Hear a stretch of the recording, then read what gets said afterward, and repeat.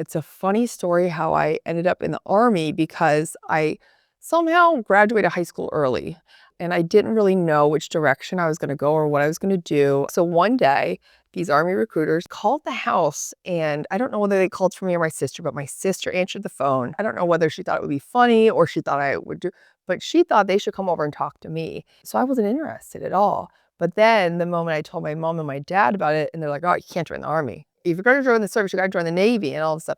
So as soon as I started hearing like, "Don't do this," I'm like, "Wait, actually, this could be a good idea."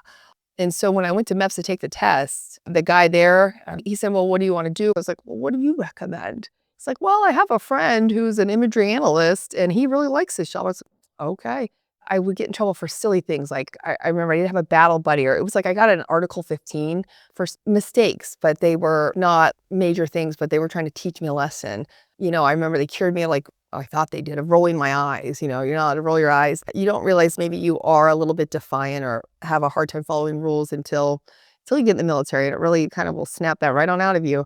I turned 19 probably in Macedonia, Kosovo. At the time, there was a flare up in 2001 with the Albanians in Macedonia and Kosovo, and they hated us in Macedonia. So you had to wear all your battle and you're like, everything's bombed out, but they got satellites on their homes. And it was just kind of interesting. I was almost done with my 4 years. I don't know whether I was going to stay in or get out. I got out. And so I started college. So they have ROTC, and I'm at the top of my class, winning all these awards. I got a Who's Who award, top military cadet. I was like, maybe I should look at this Army thing again. Maybe I should give it another shot.